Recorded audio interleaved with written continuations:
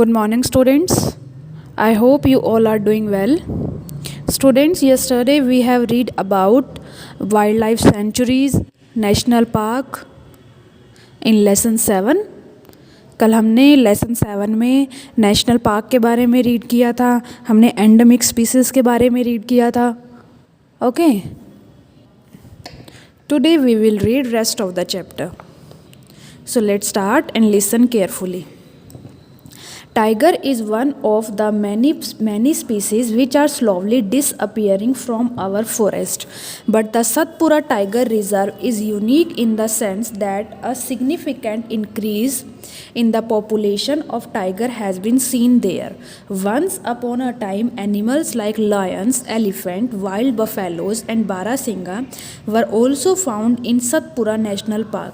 Animals whose numbers are diminishing to a level that might face extinction are known as the endangered animals. Bujo is reminded of the dinosaur which became extinct a long time ago. Survival of some animals has become difficult because of disturbances in their natural habitat.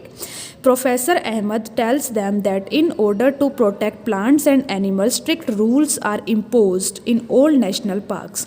Human activities such as grazing, poaching, hunting, capturing of animals or collection of firewood, medicinal plants, etc. are not allowed. Tiger एक ऐसा species है जो मतलब जंगलों में दिखना ख़त्म हो गया है, जो धीरे धीरे जंगलों में नहीं दिखाई देता, ख़त्म हो गया है टाइगर्स को देखना. लेकिन सतपुरा टाइगर रिज़र्व एक मतलब ऐसा रिज़र्व है जहाँ पर टाइगर की पॉपुलेशन को बढ़ता हुआ देखा गया है. ओके, एक समय ऐसा था कि एनिमल्स जैसे लॉयंस, एलिफेंट, वाइल्ड बफेलोज़ मतलब जंगली भैंस और बारहसिंगा ये सतपुरा नेशनल पार्क में पाए जाते थे. ओके, लेकिन समय के साथ साथ ये एनिमल्स जो है इनका नंबर्स कम होता गया. ओके, इनके नंबर में कमी आती गई और धीरे धीरे इतनी कमी आती गई कि भाई मतलब कुछ एनिमल्स तो बिल्कुल ही ख़त्म हो गए. ओके, तो जो एनिमल्स मतलब जिनका नंबर धीरे धीरे कम होता जा रहा है, जो ख़त्म होने के कगार पे हैं, तो हम उन्हें क्या बोलते हैं? एंडेंजर्ड एनिमल, मतलब वो खतरे में है. ओके, और बूजो ने फिर बोला कि कुछ समय पहले कितने डायनासोर भी थे, लेकिन डायनासोर जो है वो तो बिल्कुल ही ख़त्म हो गए हैं. ओके, डायनासोर्स तो कहीं रहे नहीं है अब. तो जो ये सर्वाइवल होता है इन एनिमल्स का वो बहुत ज़्यादा डिफ़िकल्ट हो जाता है, क्योंकि उन्हें रहने के लिए जो सराउंडिंग्स चाहिए होती है, जो एनवायरनमेंट चाहिए होता है, उन्हें वो नहीं मिल पाता. तो प्रोफेसर अहमद कहते हैं कि प्लांट्स और एनिमल्स को सेव करने के लिए, उन्हें सेव रखने के लिए, उनकी सुरक्षा के लिए बहुत सारे रूल्स बनाए गए हैं. अब जैसे एनिमल्स को ग्रेजिंग कराना, उन्हें पकड़ना और एनिमल्स को पकड़ना, या फिर पेड़ों को काटना लकड़ी के लिए, या फिर दवाई वगैरह बनाने के लिए, ये सब अब अलाउड नहीं है. इन सब पे रोक लगा दी गई है, स्ट्रिक्ट रूल्स बना दिए गए हैं. Madhavji tells Paheli that small animals are much more in danger of becoming extinct than the bigger animal. At times we kill snakes, frogs, lizards, bats and owls ruthlessly without realizing their importance in the ecosystem. By killing them we are harming ourselves. They might be small in size, but their role in the ecosystem cannot be ignored. They form part of food chains and food webs about which you learned in class 7. तो माधव जी पहेली को बताते हैं कि जो छोटे छोटे animals होते हैं, जो छोटे छोटे जानवर होते हैं, उन्हें ज़्यादा खतरा है. मतलब बड़े जानवर जो होते हैं उन्हें ज़्यादा खतरा नहीं है, छोटे छोटे एनिमल्स को ज़्यादा खतरा है. मतलब हम सांप को मार देते हैं, फ्रॉग, लिज़ार्ड, मेंढक, छिपकली, बैट, आउल, इन सबको हम मार देते हैं. हमें इनकी इम्पोर्टेंस नहीं पता होती. ओके, तो हम उन्हें बहुत ज़्यादा हार्म करते हैं. तो हमें इन्हें नहीं मारना चाहिए, क्योंकि इनका बेशक मतलब चाहे इनका साइज स्मॉल होता हो, लेकिन ये हमारे इकोसिस्टम के लिए, हमारे वातावरण के लिए बहुत ज़्यादा ज़रूरी होते हैं. An ecosystem is made up of all the plants, animals and microorganisms in an area along with non-living components such as climate, soil, river, deltas, etc. एक इकोसिस्टम, एक पर्यावरण सभी चीज़ों से बनता है. उसमें प्लांट्स, एनिमल्स, माइक्रो ऑर्गेनिज्म मतलब छोटे छोटे सूक्ष्म जीव वगैरह सब कुछ आते हैं. लिविंग थिंग्स तो आती ही हैं, इसके अलावा नॉन लिविंग थिंग्स भी आती हैं, जैसे क्लाइमेट, सॉइल, रिवर, ये सभी मिलके क्या बनाते हैं? Ecosystem. Red Data Book. Professor Ahmed explains about Red Data Book to the children. He tells them that Red Data Book is the source book which keeps a record of all the endangered animals and plants. Red Data Book is maintained internationally by an organization.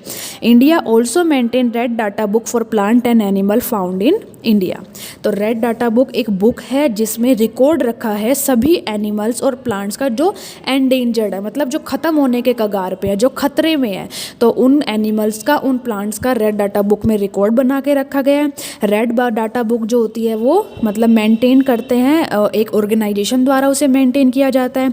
India में भी red data book है, मतलब India में भी जो plants और animals पाए जाते हैं, उन जो एंडेंजर्ड एनिमल प्लांट है उनको सेव करने के लिए उनका पूरा रिकॉर्ड रेड डाटा बुक में है, जो कि इंडिया में भी है। Okay. Migration.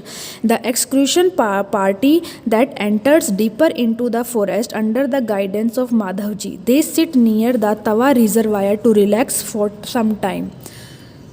Paheli observes some of the birds near the river. Madhavji tells the children that these are migratory birds.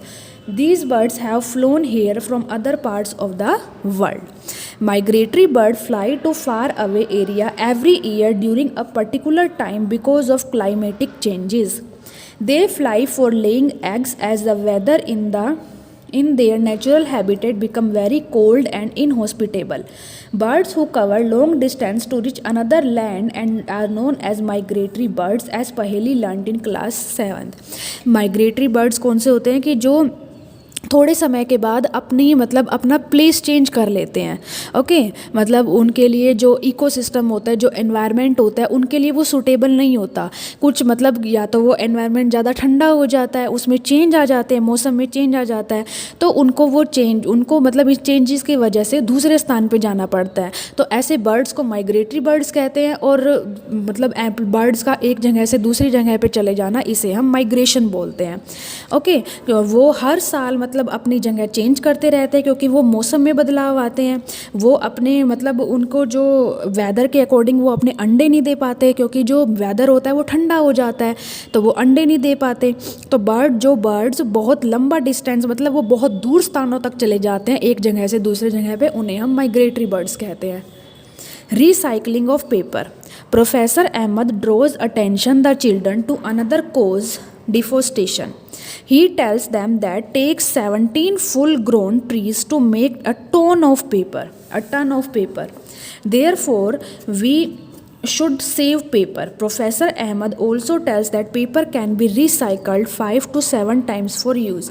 If each student saves at least one sheet of paper in a day, we can save many trees in a year. We should save, reuse used paper and recycle it. By this, we not only save trees but also save energy and water needed for manufacturing. Moreover, the amount of harmful chemical used in paper making will also be reduced. तो professor Ahmad बच्चों को बताते हैं कि 1 ton को paper बनाने के लिए कम से कम भी 17 मतलब बहुत बड़े बड़े ट्रीज़ को काट दिया जाता है। इसलिए हमें पेपर को सेव करना चाहिए, पेपर को हमें रिसाइकल करना चाहिए, मतलब उसे हमें बार बार यूज़ करना चाहिए। Okay. Reforestation. Professor Ahmed suggests that the answer to deforestation is reforestation. Reforestation is restocking of the destroyed forest by planting new trees. The planted trees should generally be of the same species which were found in the forest. We should plant at least as many trees as we cut. Reforestation can take place naturally also. If the deforested area is left undisturbed, it re-establishes itself. In natural reforestation, there is no role of human beings. We have already caused tremendous damage to our forest. If we have to retain our green wealth for future generation, plantation of more trees is the only option. Professor Ahmed told them that in India, we have the Forest Conservation Act. This act is aimed at preservation and conservation of natural forest and meeting the basic needs of the people living in or near the forest. After some rest, Madhavdi asked the children to start heading back because it is just not as advisable to stay in the jungle after sunset. On getting back, Professor Ahmed and the children thanked Madhavji for guiding them through their exciting experience. तो deforestation means cutting down of trees. Deforestation का एक solution क्या है? Reforestation. Reforestation का मतलब होता है पेड़ लगाना, प्लांटिंग द ट्रीज। ओके, तो हमें मतलब ज़्यादा से ज़्यादा मात्रा में पेड़ पौधे लगाने चाहिए, क्योंकि जो पेड़ हमारे आगे आने वाली जनरेशन के लिए भी पेड़ बहुत ज़्यादा ज़रूरी है। ओके, पॉपुलेशन मतलब प्लांटेशन हमें ज़्यादा करना चाहिए, ट्रीज़ को हमें नहीं काटना चाहिए। अगर एक जगह से मतलब पेड़ काट लिए जाते हैं तो उसे हमें छोड़ देना चाहिए, उसे डिस्टर्ब नहीं करना चाहिए। जब पेड़ लगाने में कोई ह्यूमन एक्टिविटी नहीं होती तो उसे हम नेचुरल रिफोरेस्टेशन कहते हैं। ओके, तो हमें ज़्यादा से ज़्यादा मात्रा में पेड़ लगाने चाहिए और पेड़ नहीं काटने चाहिए। So students, you have to read this chapter from your book. Tomorrow we will do exercise. Thank you.